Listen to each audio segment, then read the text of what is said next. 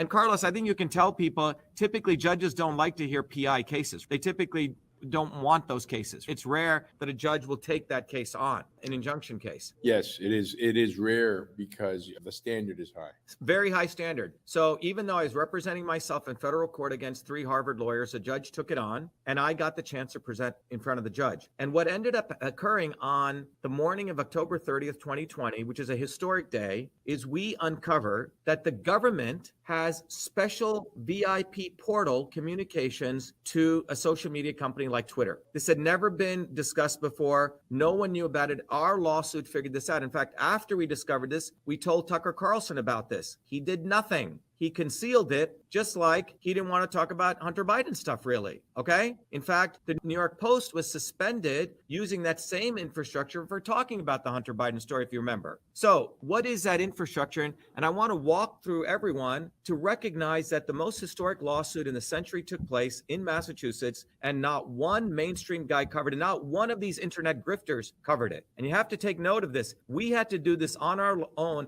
and here we're in the trenches fighting, and Crystal was here through that lawsuit. I had to write all the briefs, and we didn't get any air cover from anyone. So let me walk you through so you get some detailed understanding of this. So let me walk you through this lawsuit. So by the way, here we have Mr. Musk in his devil outfit. Okay. So by the way, those of you who are interested, we actually have a solution for this. Our movement is not about just wailing and talking about problems to make everyone feel helpless. Go to truthfreedomhealth.com and you'll figure out the solution. But on winbackfreedom.com, for 2 years, we've had all of the transcripts up, the entire lawsuit. And you can see here when we did this interesting diagram, you notice Twitter is at the boot of this. And one could argue Elon Musk is taped to this boot now, okay? He's not at the head of this. Government up here tells Twitter what to do. So this is a very important graphic. And when I did this graphic, I put where we were at the history of all these movements that had taken place from the American Revolution to all the movements that had taken place over history to fight for the First Amendment. And here Twitter is essentially a bitch to the government. Sorry to say, but that's what they are. They're not running this. And you'll see why. So here is, I'm going to read you transcripts from the court case, important things where you're going to all see that it was our court case which revealed in federal court that it is the government of the United States which has set up the backroom portal to silence speech silently, and Twitter and all these social media companies serve the interests of the government to maintain their Section 230 immunity, where Silicon Valley can get huge valuations because a platform is different than a publisher. And this is very important. You're going to learn a little bit of economics here too. But let me begin with this. So this is the court case where we're representing ourselves. Anyway, in the middle of this hearing, the lawyers and the judge cross-examined the Secretary of State. And they asked the social media director who had me deplatform, and what action did you take to report the tweet? Which was a tweet where I'm sharing that the Secretary of State's office was upset that I'd shared the email interaction showing that they had deleted these ballot images. So the woman,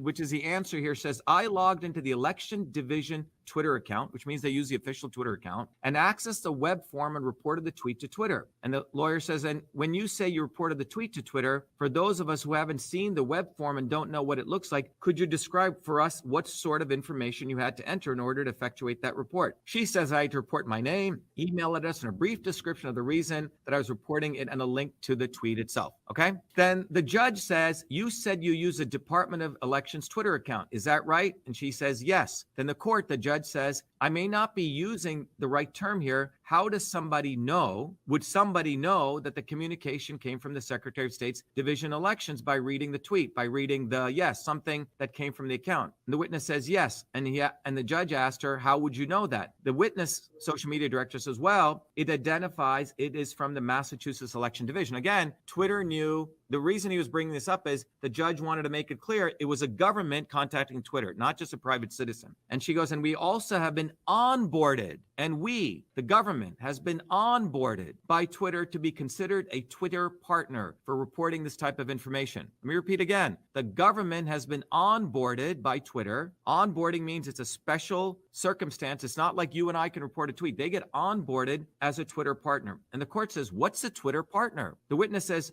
it's Twitter has our contact information, government, and is aware of our accounts, government, as an election office. And so that if we report anything through the portal, then they will take a look at it quickly. VIP treatment. That's what that means. Okay. Then the Attorney General cross-examines and he says, and you mentioned a few moments ago in response to a question from the judge that the election division is a Twitter partner. Is that correct? Yes, the social media director answers. And then when you say that, what does that mean? And she says, my understanding is that we're able to select certain reasons for reporting a tweet that may not be available to everyone that they will. That means it's not available to citizens, because so government gets special treatment from a private company. That people who review the tweets of Twitter, when complaints are made, will try to act quickly on the ones we report. Okay? Government has a special portal to Twitter that you and I do not have. Courtroom testimony. Then the judge says, all right. And he goes, and it was disturbing to you when he attributed statements to you that you hadn't made. So yes. And why is that? I take my job as an election administrator and attorney very seriously, and for someone to suggest that we knowingly violated a federal law relating to elections is not something I take lightly. Now, to be clear, what I had said was that you cannot be deleting ballot images. That's a violation of federal law. The court said, and is that why you reported this particular tweet and not other related tweets? The witness said, we had only reported this tweet at the time. It was the only one we were aware of. The court says, and when you communicated, so it also turns out, Carlos and Crystal and everyone listening, not only did the Secretary of State communicate the fact that I was exposing them with ballot images to Twitter through this portal, but they also called the National Association of State Election Directors, who's also a Twitter partner, which is an NGO. So the court said, when you communicated with Ms. Cohen,